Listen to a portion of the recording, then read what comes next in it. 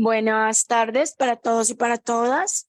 Vamos a tener una conversación con una invitada que estábamos esperando hacía rato y por fin llegó a Colombia, a Bogotá, a la Universidad de los Andes y especialmente al grupo de diversidad y educación, la profesora Yamilka. La hemos estado esperando un tiempo y queremos entablar con ella unos diálogos comunes que hemos venido como vislumbrando desde su formación como maestra y principalmente su ejercicio.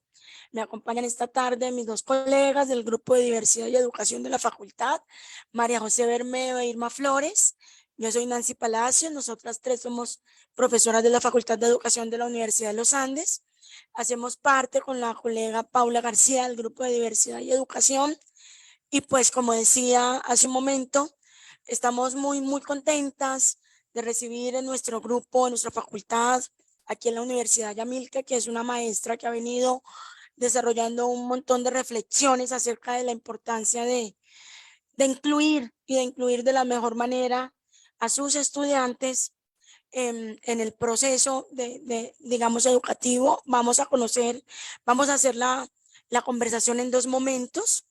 En un primer momento, Yamilka nos va a contar un poco qué hace su escuela en Nueva York, su formación, el enfoque de la escuela, un poco cómo es el trabajo que vienen haciendo a nivel de inclusión, de diversidad y de interculturalidad.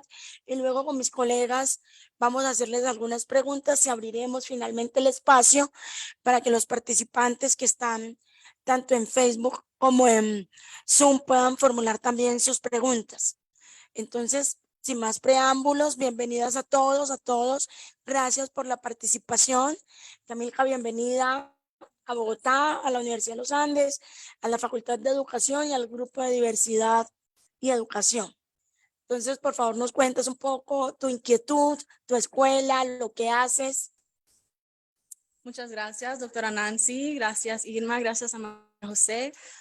Estoy muy alegre para estar aquí en la Universidad de los Andes. Mi español no es perfecto, pero echamos adelante. Me llamo Yamilka Roque, soy del Bronx, Nueva York. He sido maestra, voy entrando a mi 9º año siendo maestra, específicamente en inglés, en literatura, en enseñanzas de escribir, de analizar textos. Yo trabajo en una escuela que se llama The American Dream School, que en español es la Escuela del Sueño Americano, que fue fundada por una mujer que me inspira mucho, se llama Melissa Melconian. Ella es una mujer mexicana-americana, que ella, quien fue maestra antes, se dio cuenta en el Bronx que había como una desigualdad entre comunidades, específicamente entre su comunidad, entre mexicanos, donde donde los puntajes de exámenes no eran muy altos. Los recursos que recibían no eran de los mejores y ella decidió abrir una escuela para, no únicamente para mexicanos, pero para latinos, para inmigrantes, para estudiantes que recién llegaron al país. Así que la escuela está en su 8º, 9º año abierto. Tenemos una escuela que es como aquí sería como primaria, sexto a octavo, y tenemos una secundaria, 9º hasta el 12, que abrió recién también. Y en la escuela es bien diversa. Estudiantes de todo tipo de culturas, como dije, mayoría de los estudiantes son latinos, inmigrantes, padres que no hablan inglés, que no han tenido escuela formal. Así que su meta para la escuela es que cada estudiante mantenga su cultura, que nunca se olvide de la cultura, pero que también aprendan inglés para que cuando se gradúen sean fluentes, tengan fluencia en inglés y en español, no solamente hablando, pero leyendo también. Así que la fundadora Melissa tuvo metas súper grandes y hemos graduado 3 clases que han ido a universidades como Cornell, como Columbia o Barnard, eh, universidades bien estimadas en los Estados Unidos. Vamos entonces a partir de esta introducción a hacerle ya las preguntas, a conversar mejor con Yamilka. Yo quiero comenzar, Yamilka, preguntándote precisamente por esas brechas en aprendizaje. En Colombia las tenemos muy marcadas entre ciertos colegios privados y ciertos colegios públicos, entre los estudiantes de la zona rural y de la zona urbana. Y en en las intersecciones, también están los niños afrodescendientes, los niños indígenas, los niños campesinos, los niños que están en zonas muy vulnerables, son también los niños que registran menores aprendizajes en las evaluaciones. ¿Cómo ha sido ese trabajo pedagógico de ustedes? ¿Cómo ha sido ese trabajo que han hecho las maestras?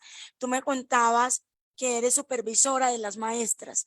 ¿Cómo ha sido ese trabajo pedagógico que han hecho las maestras para cerrar esas brechas, para que los niños con esas desventajas puedan ir aprendiendo y avanzar? ¿Cuáles son como las acciones que han desarrollado? Muchas gracias por sus preguntas, Nancy. Lo primero que hacemos nosotros es, tenemos una conversación sobre todo lo que has mencionado, desigualdades que existen. Es importante conocer la población en cuales enseñamos y reconocer que los niños que recibimos y que servimos vienen de lugares o otras escuelas donde no tienen el aprendizaje que necesitan para estar en cierto nivel. Así que con ese reconocimiento cada año tenemos varios días que pasamos donde planificamos qué vamos a hacer para que los estudiantes lleguen al nivel que deberían estar. Eso viene con mucha planificación del currículo, por ejemplo. ¿Qué libros pueden acceder los estudiantes? Si leen de nivel del sexto grado, ¿cómo vamos a empujarlo para leer al nivel del noveno grado? ¿Qué sucede cuando el estudiante no habla inglés y está en el 10º grado en la clase de inglés? Lo que sucede es que tenemos muchos maestros, cada aula tiene 2 maestros. Usualmente uno de los maestros habla español. Yo afortunadamente soy maestra de inglés, pero hablo español. Y así puedo relacionarme con los estudiantes un poco más y con los padres y la familia para crear una relación entre todos, porque el apoyo de la familia es súper importante en el aprendizaje del estudiante. Y con eso, los 2 maestros analizan los datos de el curso todos los días. Al final del día hablamos sobre no el grupo entero, sino los hispanos hablantes, los que tienen deshabilidades, vamos a decir. Analizamos los datos y decimos, ok, aprendieron cierto contenido y mañana tenemos que hacer esto para empujarlos un poquito más. No sé si me explico, mi español no es perfecto, pero todos los días analizamos los datos para saber qué tenemos que hacer el próximo día o qué tenemos que modificar en el currículo para avanzar a todos los niños. Me interesa mucho, Yamilka, antes de darle la palabra a mis colegas, ampliar un poquito más. Mira que nosotros hemos tenido muchas dificultades con el diálogo curricular. Precisamente eso que nos dices, me llama mucho la atención de que todos los días lo pueden hacer, de que hay un trabajo muy, llamémoslo sistemático, de ir revisando las metas de aprendizaje de los estudiantes. Porque en nuestras escuelas tenemos muchas limitaciones con el tiempo. Entonces, una de las cosas que siempre hemos debatido es que no tenemos suficiente tiempo para que los maestros tengan ese diálogo, cómo van estos niños, qué vamos a hacer para que estos que están en este nivel se puedan mover, qué vamos a hacer para que estos que han avanzado más puedan ayudar incluso con monitorías y con mentorías a los que vienen, cómo comunicamos eso con las familias.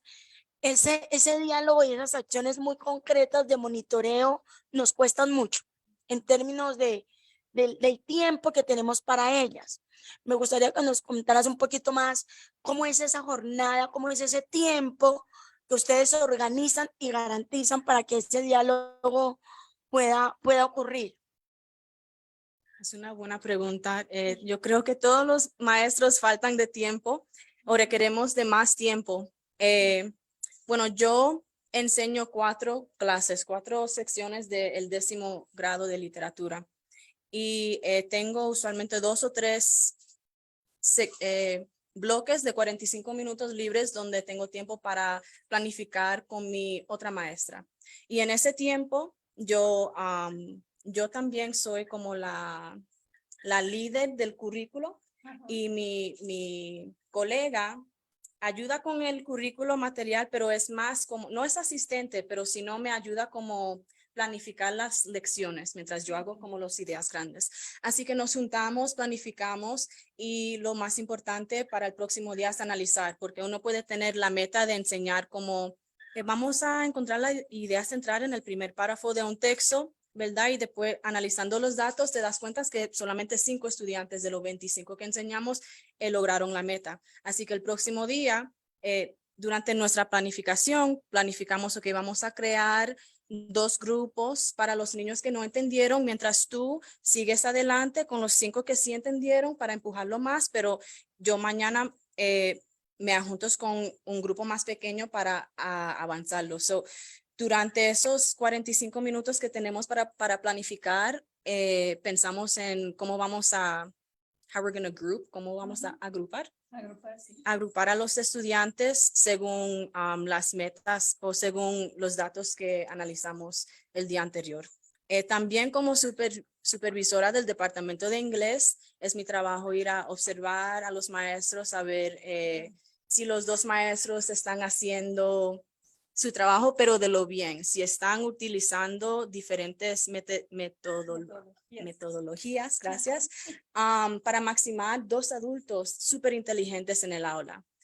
Si están analizando los datos y creando diferentes grupos o creando actividades que van a excitar a los estudiantes y algo que Nancy y yo hablamos hoy era sobre la pedagogía cultural y relevante, asegurando que lo que aprenden los estudiantes es parte de los estándares y es lo que va a apoyarlo para pasar el examen que necesitan para graduarse de la secundaria, pero que también es sabiduría de su cultura, de su experiencia real, de cómo es vivir en el sur del Bronx, uno de los lugares más pobres en el mundo. Así que mi trabajo es de verdad como asegurar que el niño en su integridad está aprendiendo lo mejor posible. Voy a dar entonces paso a Irma y a María José para que también puedan conversar con Yamilka. Gracias. Gracias, Yamilka, por estar acá con nosotros. Y pues bueno, yo con esto que estás contándonos, se me mete ahí un ingrediente que está relacionado con lo cultural. Y tú has mencionado que pues son varios grupos, están los latinos, los afroamericanos, no sé, posiblemente también hay otros grupos de otros países.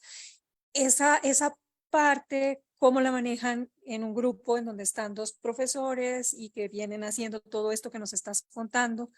Bueno, además también tienen, hasta donde entendí por lo que dijiste, grupos de niños con algún tipo de condición particular en términos de discapacidad.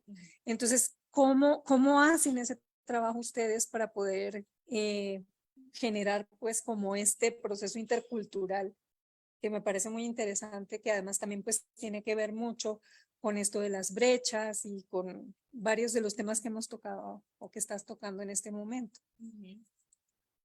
Muchas gracias, Irma. Es bien importante para nosotros conocer a todos nuestros estudiantes individualmente, porque al final los niños no son datos, no son números, ¿verdad? Y yo hablo de que analizamos los datos, pero también tenemos conversaciones sobre los estudiantes y lo que necesitan para aprender mejor de su forma. Fuera de las conversaciones que tengo con mi colega durante esos 45 minutos, la escuela también se reúne según nivel, así que yo me reúno con los maestros que enseñan el 10º grado y tenemos conversaciones sobre cada estudiante que requiere de más atención individual y hablamos de qué va bien en la clase de ciencia, qué va bien en la clase de matemática con este estudiante y qué podemos hacer todos juntos para hacer lo mismo. Hay estudiantes que aprenden mejor visualmente y yo como maestra de literatura quizás no me doy cuenta de eso hasta que el maestro de ciencia describe una circunstancia donde el estudiante fue magnífico por un experimento que hicieron con la mano o algo visual y así yo voy mejorando mi práctica con ese estudiante. Para los niños hispanohablantes, porque hay muchos que no hablan inglés, tenemos muchos recursos porque la meta de escuela es de verdad la fluencia en inglés y en español. Así que tenemos muchos recursos para esos estudiantes. Uno de los recursos es una supervisora de los, ¿cómo se dice en español? De los English language learners. She supervises. Exactamente. Esa profesora que se llama la señorita Benton, ella se dedica a crear materiales para que los estudiantes puedan acceder el contenido. Por ejemplo, en literatura, como yo enseño, el examen que yo enseño, por cual preparo a los estudiantes para el final del año, es totalmente en inglés, pero por otros sujetos, ese examen puede ser traducido. Por ciencia pueden tomar el examen en español, por matemáticas también, pero la de literatura es totalmente en inglés. Así que la profesora modifica el texto, lo hace un poquito más accesible para los estudiantes. Ella crea imágenes, ella tiene sus metodologías para ayudar a los hispanohablantes más que los profesores, porque no todos los profesores estudiaron cómo ayudar o cómo la pedagogía de enseñar a un hispanohablante cómo aprender inglés. Así que con ese recurso también tratamos de acceder a esa población de estudiantes. No sé si... No, claro, okay. sí, gracias. Uh-huh. Gracias. Muchas gracias, Yamilka, por compartir tus experiencias con nosotros.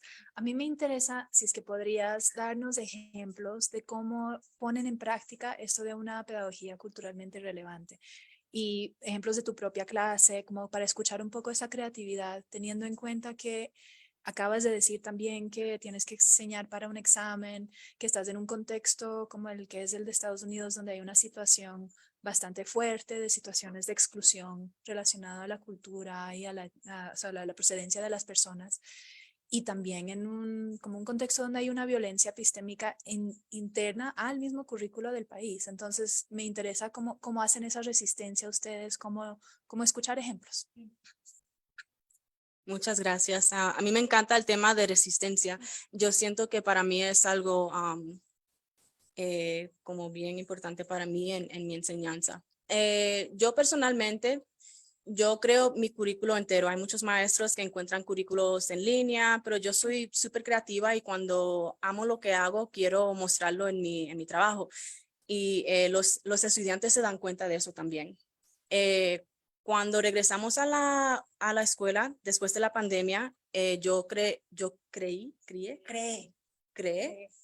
gracias, una unidad que se trataba del amor y no solamente del amor, pero de, ¿cómo se dice cuando uno tiene una herida y se lo cuida? Como De sanación. de sanación, como cuando uno pasa por algo traumático, ellos se tienen que sanar, ajá. Pues esa unidad se trataba de el amor y de sanar. Así que para mí fue una pedagogía relevante, fue relevante responder a esa parte de la cultura de los estudiantes porque como un mundo pasamos por una pandemia donde tuvimos muchos traumas, donde muchos de nuestros familiares pasaron y muchas cosas. En el sur del Bronx la pandemia nos afectó, nos impactó fatal. Pero los estudiantes tenían como una entrada a una conversación que fue parte de su cultura. Tenían mucho que decir sobre el amor, tenían mucho que decir sobre trauma, tenían mucho que decir sobre la sanación. Y en esa unidad leímos poemas escritos por mujeres de color, una mujer que también es profesora, que es como consejera para mí, se llama la doctora Nancy, disculpa, la doctora Yolanda Silly Ruiz, y leímos su libro que se trataba de esos temas. Leímos libros de poemas de diferentes culturas y así como mi primera unidad, los chicos tenían una entrada. Así que para la segunda unidad, que se trataba de una novela escrito por un autor que no es de color, un autor blanco, pero que escribía sobre qué es ser un teenager, tener 13 años, 14, 15 años, tener acceso a drogas, tener acceso a bullying, tener tu primer amor, más temas, más pesadas que los niños ahora que hablamos del amor. Ahora tenían la confianza para entrar y seguir las conversaciones porque practicaron su confianza, su poder de hablar en la primera unidad.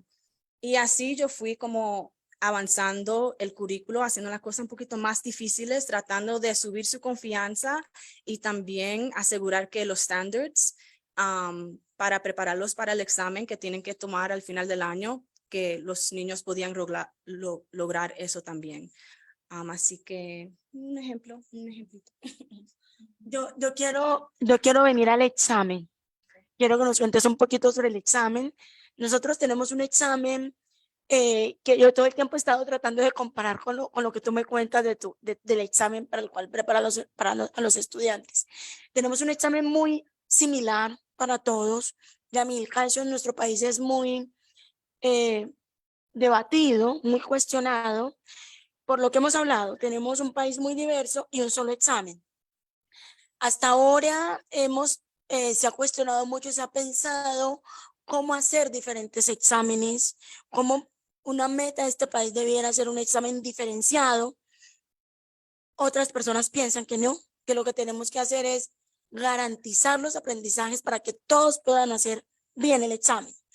Quisiera preguntarte un poquito si se ha discutido un poco en ese contexto sobre el examen o eso no se cuestiona y lo que hay es que preparar para el examen y ya dijimos, es decir, la postura de la escuela es, ¿ustedes en algún momento han cuestionado el examen o han dicho, este es el examen y vamos a hacer todo lo que haya que hacer para que lleguen al examen o han tenido algún tipo de cuestionamiento?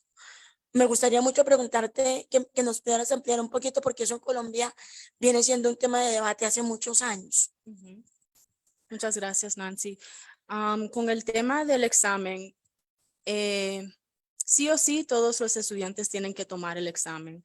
En Nueva York hay un examen que se llama un Regents, que en Nueva York específicamente, donde tienen que sacar 65 más, pero en nuestra escuela, no, 65 más para pasar de 100.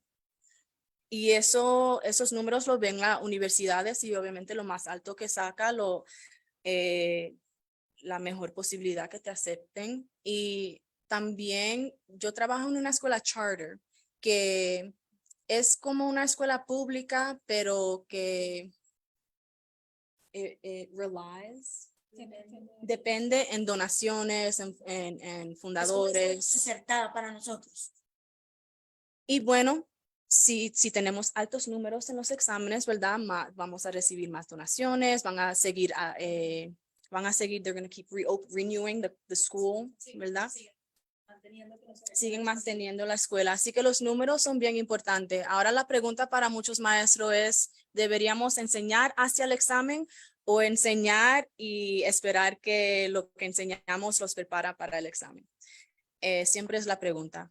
En nuestra escuela los profesores tienen la creatividad de crear su currículo, así que con esa creatividad mi trabajo también como supervisora es asegurar que en lo que crean están preparando los chicos para los exámenes, como, bueno, con los exámenes que dan, los proyectos que dan, lo que accesan al final de la clase cada día. Así que no tiene que ser algo bien explícito, como hoy vamos a practicar cómo escribir el primer párrafo para el ensayo que tienen que tomar en junio. No tiene que ser tan así explícito, pero lo que la escuela hace también para preparar para el examen es, tenemos clase, tenemos después de escuela como 1 hora para estudiantes para recibir más ayuda. Y también los sábados usamos como, ¿cómo decir? 2 o 3 sábados del año para que los niños tengan una oportunidad de ver el examen en su completo. El examen completo. El examen completo, para que no sea que en junio se sientan y ven el examen por la primera vez. Tenemos como 2 o 3 sábados para eso. Y también como 4 veces al año ellos toman parte del examen. Y los maestros también tienen 4 días que se llaman día de datos, donde los estudiantes no van a escuela y es solamente los profesores analizando los datos de ese examen a ver lo tal preparado que están los estudiantes. Y así, ese día entero vamos y modificamos el currículo y decimos, ok, los estudiantes todavía necesitan ayuda con este estándar, así que vamos a cambiar todo y modificar todo en preparación para el examen. Así que no es muy explícito que estamos enseñando hacia el examen todos los días, porque para mí personalmente, cuando tú te enfocas en una cosa, hay muchas cosas más, no, muchas cosas importantes que falta, que es importante para el aprendizaje del estudiante. Sí, el autor Wiggins McTee, que escribió el libro Learning by Design, que yo lo vi en tu oficina, él habla mucho sobre eso, que si hay para preparar para un examen no es necesario enseñar para el examen, sigue enseñando y busca maneras de accesar si los niños están en la ruta para pasar el examen. Muy bien, queremos darle participación a algunas personas que están aquí con nosotros de manera presencial y también a ver si ya nos dicen Diego y Cristian si hay preguntas en el chat, si hay preguntas y si no, pues también damos aquí a los colegas que están acá. Juan Pablo tiene una pregunta.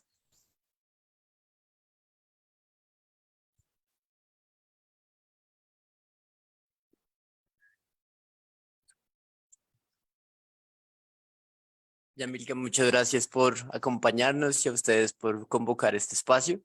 Yo me quedé con algo que dijiste y es cuando nos hablaste de que pese o combinado con el proyecto de bilingüismo, los estudiantes no olviden sus raíces o no olviden su cultura. Ya nos hablaste de algunos ejemplos, como te preguntó María José, pero te quisiera preguntar en esa relación entre la escuela y las familias o el barrio, ¿cómo se da esos procesos de no olvidar o de revitalizar o de que la identidad no vaya a desfigurarse de lo que ellos están construyendo? Cómo en la práctica tratan un poco de reivindicar esa cultura latina, negra que hay de por medio. Muchísimas gracias.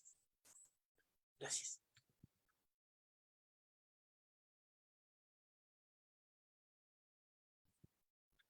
Gracias, Juan Pablo.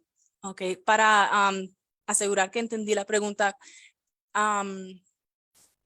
haces la pregunta como asumiendo que la familia quizás tiene conflicto con eso o Más con la relación entre la escuela y la familia. De pronto que a veces puede surgir un conflicto entre la escuela, entre lo que se aprende en la escuela y lo que pasa en casa, pero es un poco como están interactuando. Ok, gracias. Yo creo que mi escuela es como un diamante. No es una escuela bien común. La fundadora, que es mexicana-americana, ella atendió cuando era joven, su familia vinieron de México. Ella fue a una escuela predominantemente blanca y en ese momento ella se dio cuenta de lo importante que es mantener su cultura, porque también quería mantener la relación con su familia. En nuestra escuela, la familia, tenemos un dicho, somos familia, somos heridas. La familia de los estudiantes son bien integral en la comunidad. Muchas familias mexicanas vienen y venden tacos, ayudan en eventos, decoran. vienen enfrente de la escuela en el verano, venden cositas. La directora tiene algo que se llama cafecito, donde ella tiene conversaciones con los padres en inglés y en español. Ella es bien como educadora, ella es fantástica con los estudiantes, pero como mamá, como persona, como humana, ella trata de involucrar a todos, a las familias principal. Tenemos varios días durante el año que celebramos la cultura. En septiembre, no sé si se celebra aquí, es el mes de independencia. Ajá, ajá. Y en las escuelas celebramos a los latinos y ella trae eh, música de México, como tambora o ajá, ella, mariachis sí, o- mariachis, gracias. Ella trae mariachis, están en el hall. Yo que soy de descendencia puertorriqueña y dominicana y soy bien involucrada en la comunidad, conozco muchas personas. Yo traje el año pasado, invité salseros y no es algo común cuando donde puedes entrar a una escuela y ver músicos en todos los pisos y estudiantes comiendo y charlando y caminando por la escuela con una independencia, pero donde se sientan cómodos. Y es por el esfuerzo que hace la directora para asegurar que la cultura no es cultura no significa menos educación y educación no significa menos cultura. Es como trabajan en unison, no sé si es una palabra, en unión. Gracias. No sé si respondí a su pregunta. Sí. Em, yo creo que todos probablemente compartimos la idea de que la familia es un elemento clave del proceso educativo, ¿no? Es como una de las tres patitas de la banca que lo sostiene. Pero no siempre es fácil el trabajo, no solamente para enganchar y como que lograr la relación, sino también para manejar los conflictos que surgen. Y en una escuela como la suya, que tiene una apuesta por la inclusión, que tiene una apuesta por la diversidad, me imagino que hay, pues te escucho hablar mucho de la parte cultural, como que de reconocer las diversas culturas, pero a la vez, a veces eso se entra en tensión con otras expresiones de la diversidad humana, como es, por ejemplo, la orientación sexual y las diversidades de género que uno puede tener. Y en mi experiencia, a veces, pues la cultura latina o las culturas católicas, o dependiendo de la religión de sus estudiantes, de sus comunidades, mejor dicho, puede haber como tensiones con esa apuesta de inclusión también para la población LGBTI. Y me interesa escuchar si ustedes han tenido tensiones con su comunidad de padres y si es que las han tenido, de qué manera, puede ser por ese tema o por otro, y de qué manera lo han manejado, cómo lo navegan. Muchas gracias. Yo sé que he dicho muchas cosas positivas de mi escuela. Sí, tenemos muchos conflictos, especialmente porque somos parte de un distrito, uno de los más pobres en el país, lo cual requiere de mucho esfuerzo y tiempo de los maestros, mucha dedicación. A veces los padres no tienen las palabras, no tienen las experiencias para estar súper presente en la vida de los estudiantes. Por ejemplo, cuando están aplicando para la universidad, no tienen la sabiduría sobre cómo llenar los taxes o pedir ayuda financiera y es bien difícil y es comprensible cuando entiendes como la historia de los padres y de ser inmigrante. Y eso requiere de mucho esfuerzo de los maestros y de los consejeros y todos.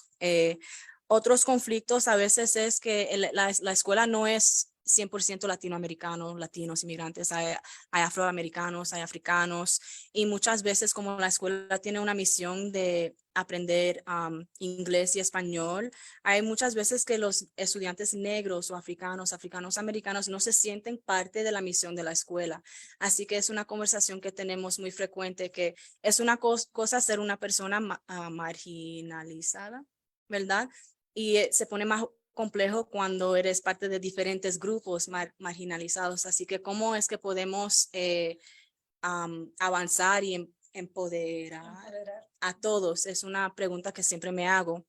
incluso a los estudiantes que son parte de la comunidad LGBTQ+, otro grupo que también han sido marginalizados.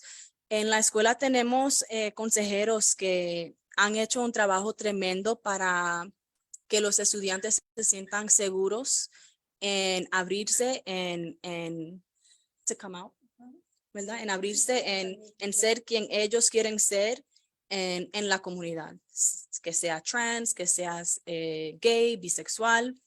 Y este año anterior tuvimos varios estudiantes que salieron como trans y teníamos que tener conversaciones sobre los baños, porque habían estudiantes que se parecían chicos que estaban en el baño de las chicas y tuvimos que tener conversaciones bien difíciles.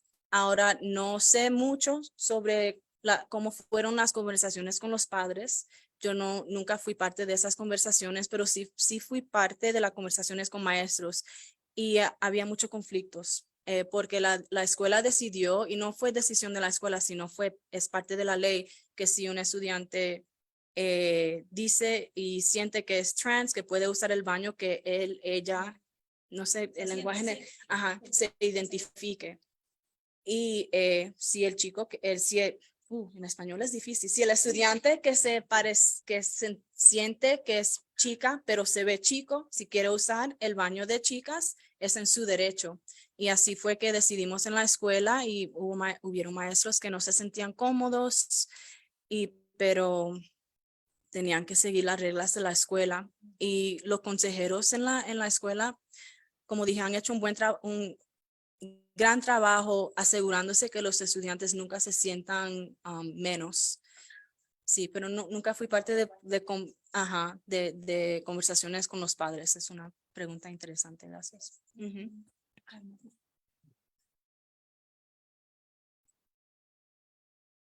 Bueno, agradecer el espacio. Mi nombre es Edgar. Mi pregunta va un poco hacia esto que hablamos de los diálogos curriculares que hay entre los profes, que implica generar esa sensibilidad pedagógica, ese tacto que justamente se requiere para transformar las dinámicas en una clase que es intercultural.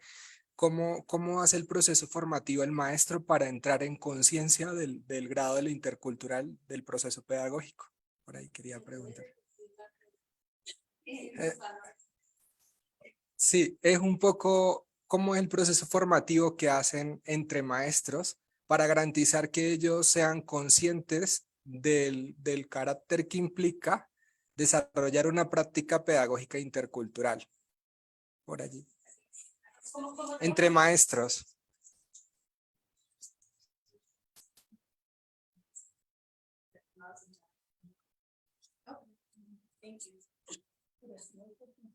Gracias. Menos mal que les Sí, muchas gracias por la pregunta. ¿Cómo se llama? Edgar. Edgar, gracias. Yo siento que mi español académico está progresando mucho hoy. Bueno, en la entrevista de cuando cuando un maestro tiene una entrevista para la escuela, el director hace muchas preguntas difíciles como para saber si esa persona tiene lo que necesita para enseñar nuestra población. Cumple con el perfil. Cumple con el perfil.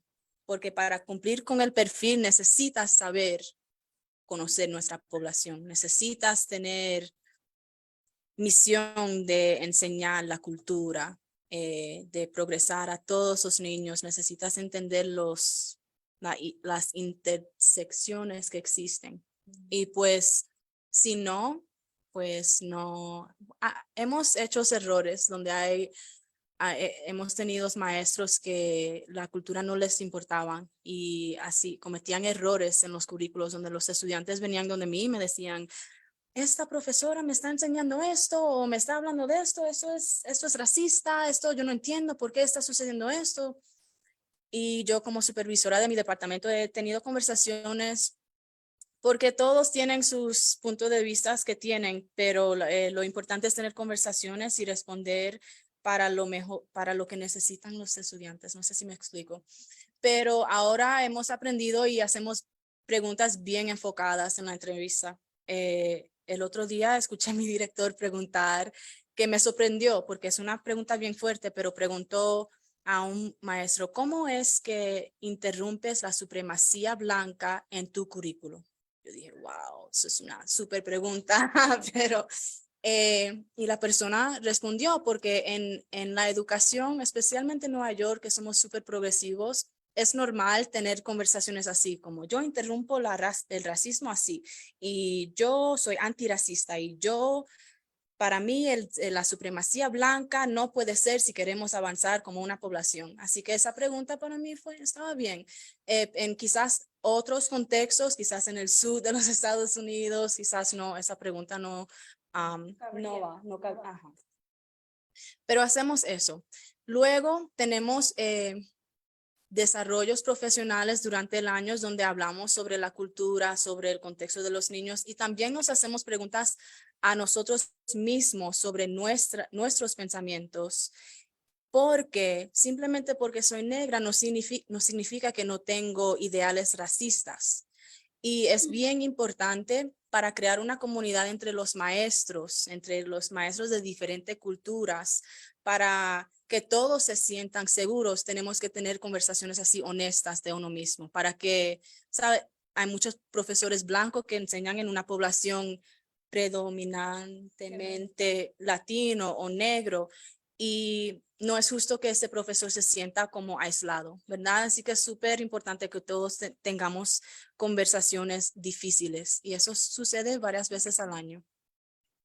Yo, yo quiero aprovechar que está Ana María aquí, mi compañera que estudia que enseña las cosas socioemocionales, porque cuando uno te escucha, Yamilka, a mí sí me parece que son clases difíciles. Me ubico mucho en contextos donde el maestro puede terminar muy triste, muy abatido en algunos momentos por las realidades. Entonces quiero dividir la pregunta en dos partes, como qué experiencias han tenido de frustración, de que no lo logramos. Se nos perdió, murió, no terminó el proceso, desertó y terminó en estos círculos de violencia, por ejemplo. Me gustaría que nos contaras un poquitico como frustraciones que han tenido en ese, digamos, desde esas perspectivas de que eso que la escuela quiere no se logra y cómo se mantiene el maestro motivado, se mantiene el maestro sin que todos los días colapse. Digamos, cuando hay dificultades de convivencia entre los estudiantes, alguna dificultad con otro colega, cuando la realidad de los estudiantes los golpean, cómo se autorregula y cómo se mantiene en pie al maestro. ¿Hay alguna cosa que ustedes hagan a nivel de los consejeros para acompañar a los maestros en ese proceso? Mm, Muchas ansias me dio tus preguntas. Muchas lágrimas salen durante el año con respecto a todo lo que has mencionado. El trabajo es bien difícil, especialmente cuando trabajas con una población que requiere de mucha atención, de mucho amor, de mucha paciencia. Yo siempre digo que nosotros maestros no somos maestros normales porque no hay distritos como el nuestro, no existe, no hay miles, ¿sabes? Y lo que significa que el maestro que enseña en nuestra población tiene que ser consejero en el aula, tiene que ser mamá, tiene que ser papá a veces, tiene que ser amigo, tiene que ser confidante, psicólogo, tiene que ser mucho más que el profesor.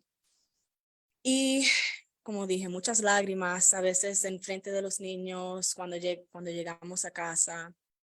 Yo creo que este año yo usualmente mis estudiantes sacan altas notas en el examen que enseño en el 10º grado, pero este año usualmente como 80-90% de los estudiantes pasan, este año fueron como 58% y eso para mí me dolió mucho. Al final es un examen y los números no deberían importar, pero a la vez demuestra algo.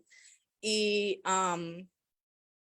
no sé si fueron efectos de la pandemia y el aprendizaje, pero durante el año habían muchos estudiantes que no, estaban ahí físicamente, pero no emocionalmente o mentalmente, gracias, o que no le importaban el contenido, o que querían hacer broma y jugar y no tenían como balance. Y muchas veces hacías llamada a los padres y a veces los padres no estaban presentes por cualquier razón. Y eso frustraba. ¿Qué me daba para levantarme cada mañana para regresar? Es que siempre tengo la esperanza que los niños van a tener un realization, como un momento de realidad, como de darse cuenta.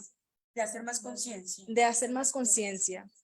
Es imposible saber todo lo que está sucediendo en la casa de los estudiantes. Hay veces que estudiantes están viviendo en shelters. Shelters son como...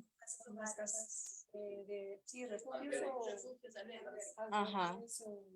también seguramente están bajo el cuidado de alguna institución o del Estado. Que es el contexto de algunos de nuestros estudiantes. Hay estudiantes que viven afuera o que tienen que vender drogas para tener dinero o que tienen que trabajar para ganar dinero para su familia de 9 porque los padres no pueden trabajar. Así que yo, si le puedo poner una sonrisa a un estudiante o si pueden sacar algunos puntos en un examen, puede ser 6 de 20 puntos y le puedo poner una sonrisa y decir gracias por intentar, gracias por estar aquí. Los niños agradecen eso. Ahora el problema puede ser si los estamos empujando lo más que podamos cuando simplemente hacemos cositas así, porque una sonrisa no significa que el niño va a la universidad, ¿verdad? Pero hay logros pequeños que todos los días yo voy como reflejando al final del día, como Justin hoy no pasó el examen, pero Justin hoy me dijo gracias por lo que me enseñaste hoy.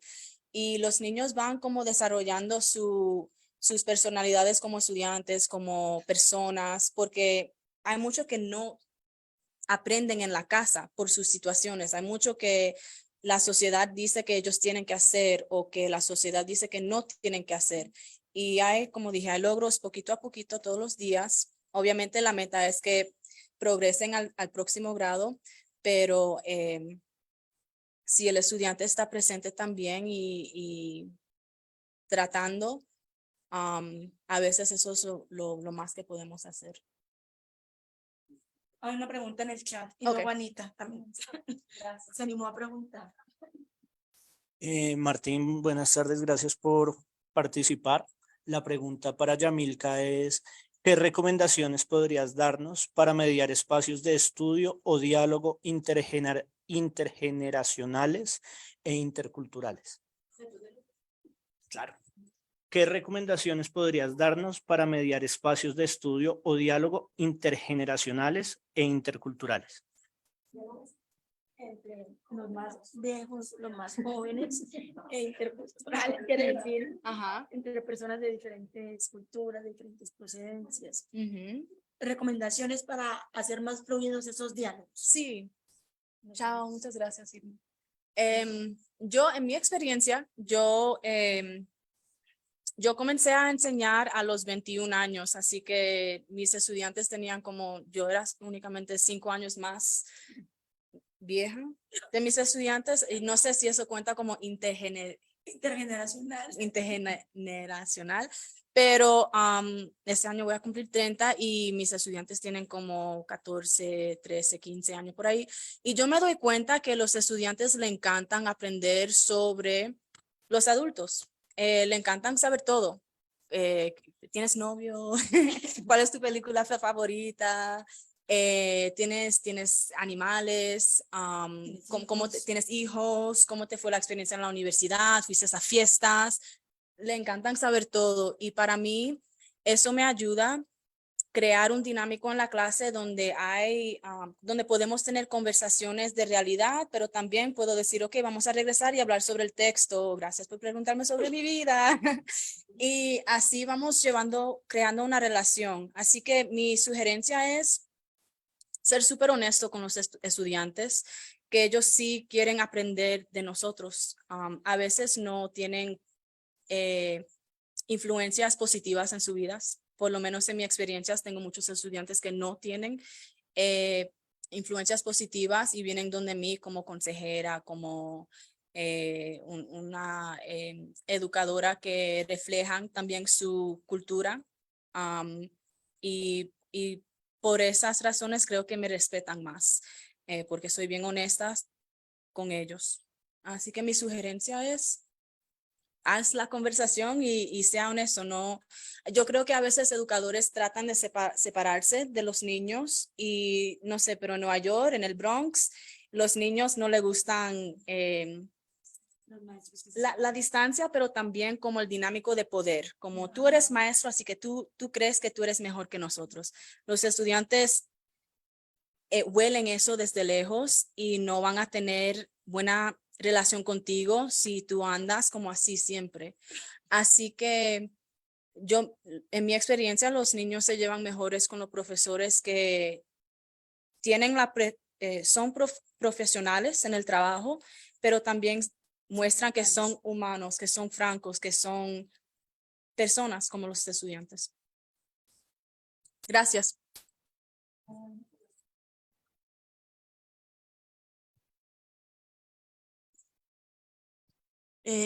Bueno, gracias Yamilka por todo lo que nos has compartido hoy. Yo quiero compartirte un dilema que he tenido como profesora de profesores.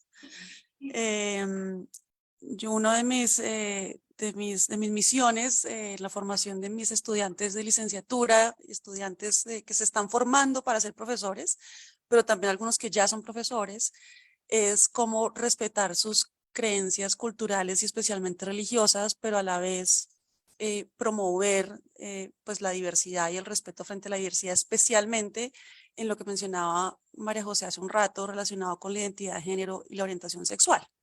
Este es un país católico, muy conservador. La mayoría de la población pues, está adscrita, digamos, a la religión católica y en algunos casos he encontrado profesores, ya sea profesores en ejercicio o profesores en formación, cuyas creencias religiosas van en contravía de los derechos sexuales y reproductivos de los niños y las niñas de nuestro país.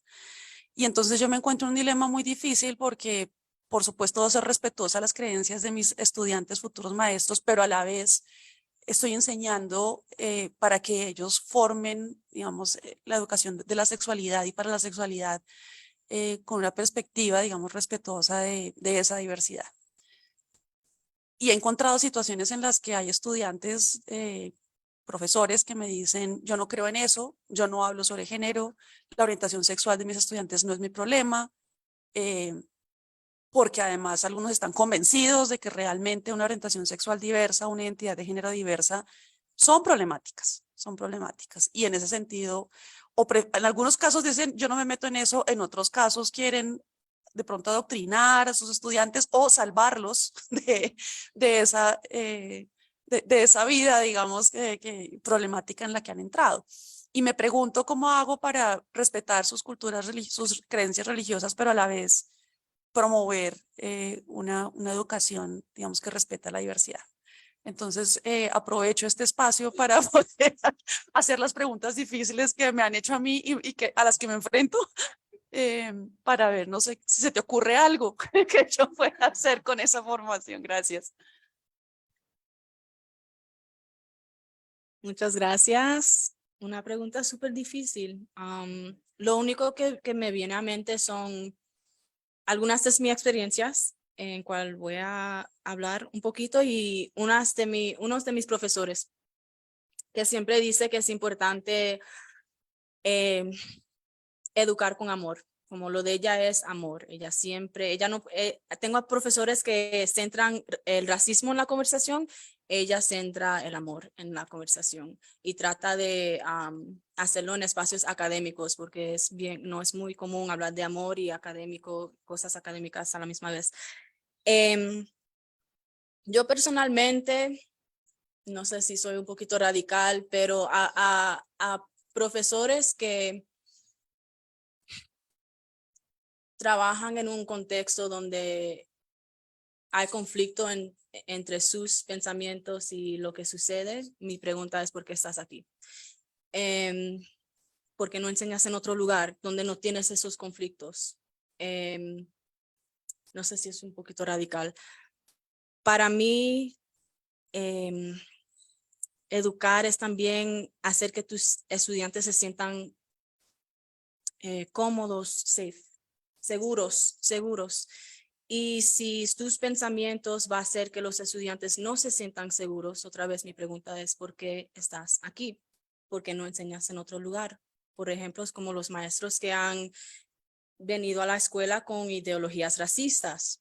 Yo no puedo cambiar tus pensamientos, pero lo que sí sé es que en esas escuelas hacemos cosas de esas maneras y no funcionan para ti. Hay muchos contextos mejores para ti donde también espero que puedas mejorar como maestra. Hay un profesor en mi escuela, él es súper religioso, un buen amigo mío también, y él y yo tenemos ideologías que son, they conflict, ¿verdad? Y cuando me hiciste la pregunta sobre los estudiantes en la comunidad LGBT, me recuerdo sobre una conversación con él donde él dijo, con mis hijos esto no va a pasar y a mí no me gustaría que mi hijo esté en un baño y hay una chica que dice que es esto, pero tienes estas partes y hablando de una manera que para mí no me gustó. Y estuvimos de acuerdo de que tenemos diferentes formas de pensar, pero lo que él sí me dijo es, soy un hijo de Dios y Dios siempre enseña a amar y siempre voy a asegurar que mis niños se sientan amados. Y si esa es el policy, la política de la escuela, lo voy a seguir, no voy a hacer que nadie se sienta incómodo, pero lo que yo sí sé es que en mi casa eso es lo que va a pasar. En la escuela de mis hijos yo sí voy a decir esto y aquello. Y eso para mí fue interesante y para mí fue como bien maduro para escuchar sobre él, un hombre bien religioso. Yo no soy madre, así que no sé, yo conozco como yo soy bien liberal en mis pensamientos, así que no tengo conflicto con eso, pero sí, no sé si respondí a tu pregunta muy bien, es súper difícil, pero como supervisora o directora de un programa de profesores, siempre le preguntaría a los profesores como, ¿por qué quieres ser profesor? ¿Por qué quieres ser profesor de este contexto con esta población? ¿Y qué estás haciendo para asegurar que los estudiantes se sientan seguros y amados y queridos? Aunque piensen diferente. Aunque piensan diferente. Gracias. Yo creo que algo que nos mencionaste antes también compete aquí, que es los diálogos difíciles. Yo creo que muchas veces lo que termina pasando es que yo no, porque yo creo, y se cierra la conversación. Pero si uno entra en el diálogo y tiene la conversación, no en abstracto, sino fulanito tiene esta situación y le vamos a cuidar, ¿cómo lo vamos a hacer? Yo creo que en esos momentos, en esos diálogos es donde uno se encuentra no solamente con la postura, sino con el otro ser humano, con todos sus criterios que pueden tener, como lo que tú dices, como un criterio de sentirse como parte de una comunidad de Dios o lo que sea, pues entra a la conversación de otra manera, no desde la posición. Entonces creo que también esa herramienta que nos mencionaste antes es muy valiosa. Sí, y yo creo que yo pude tener esa conversación con mi amigo, con el colega que es religioso, porque yo no como cerré sus pensamientos. Yo soy bien de preguntas. Como dije, le preguntaría a una profesora, ¿por qué estás aquí? Y después de ahí entraremos en una conversación. Sí, yo creo que puede ser peligroso como cerrar el pensamiento de algo y es algo que estoy trabajando en eso porque yo soy bien como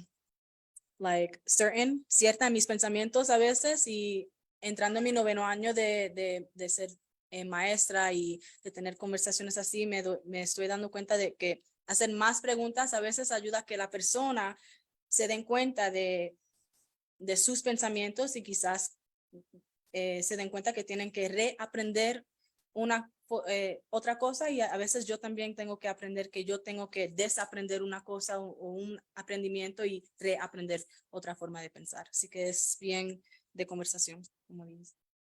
Gracias. Ok. Bueno, muchas gracias por la charla. Soy muy agradecida. Gracias por las preguntas. Bueno, Yamilka, muchas gracias por este rato con nosotros, por esta oportunidad. Realmente sí te estamos esperando hacía mucho tiempo. Agradecemos este espacio. Esperamos que puedas venir a Colombia, volver a nuestro grupo a realizar un trabajo más grande.